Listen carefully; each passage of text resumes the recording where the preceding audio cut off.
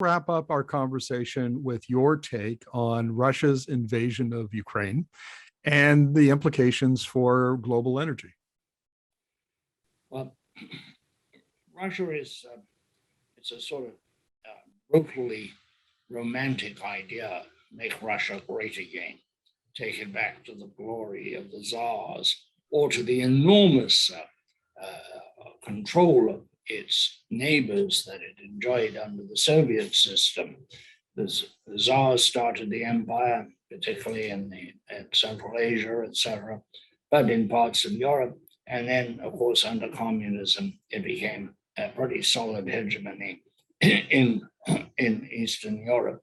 That all ended with the end of communism, and we thought Russia would behave like everybody else and had forgotten about its desire to be an imperial power. But clearly we got it wrong. Along came Putin, an old KGB man who remembered the glory days, and his plan simply has been to make Russia great again, or great as he saw it.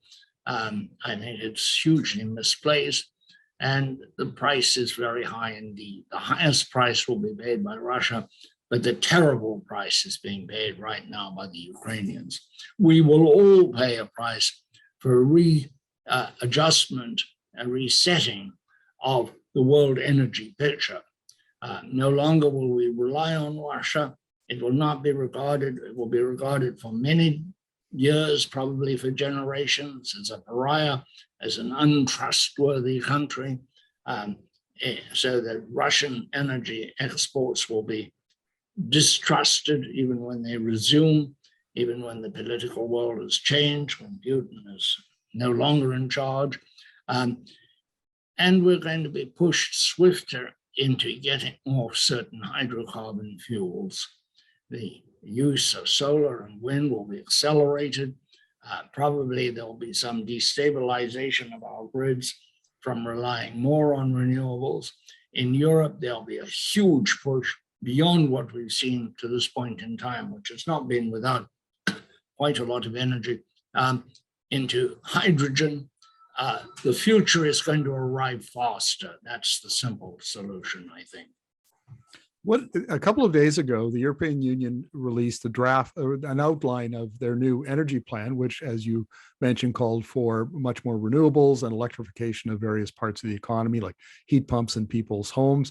What do you think about the chances for success of that plan, particularly since they want to displace Russian energy well before 2030, in their own words? I think it'll be slower than they think. We changed everything from the 70s to today here in North America, but it wasn't done overnight. Improved drilling, horizontal drilling, fracking, better economic regime, more incentive, and new technologies like 3D seismic to find the reserves. But it takes time, and it's going to take time before we build any new nuclear reactors. But looking down the road, I think we'll see a world of nuclear and what are now called renewables. I'm not sure they'll be perfect. I think hydrogen has all sorts of technological problems that will be resolved, but it will take time. It'll take 20 or 30 years to get a real safety situation that is energy safe in Europe. And they're going to suffer in the interim. And they probably, at the first opportunity, will start buying Russian hydrocarbons again. And there will be a certain amount of cheating. In the interim, there'll be a lot more liquefied natural gas. We'll probably build some more export terminals in the US, maybe in Canada.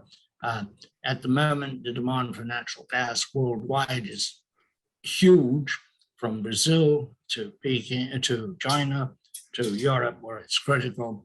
But you can only go as fast as you have tankers and terminals. So it's not a quick turnaround.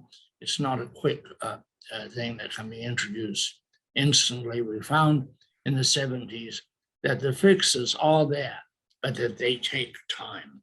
They are not overnight, and all the wishing does not bring them on overnight. The technology has to be perfected, the politics have to be aligned, and the financing has to be available. My take on that, Llewellyn, is that the clean energy technologies, particularly around wind, solar, batteries, electric vehicles, heat pumps, and so on, a lot of that is actually commercially competitive now. It's ready for scaling. And I mean, I don't know that the Europeans will be able to scale it as quickly as they hope, but I think the potential is there. And I'll be very curious, I'm watching this story unfold as to how successful they are, because I suspect that what we'll see is how the constraining factors won't be the technology. There'll be things like leadership, policy, and regulatory regimes, availability of capital, the consumer's willingness to make sacrifices and to move quickly. And those are some of the intangibles that we can't predict at this point. I agree with that totally. And as in the 70s and 80s, there will be many wrong roads will go down.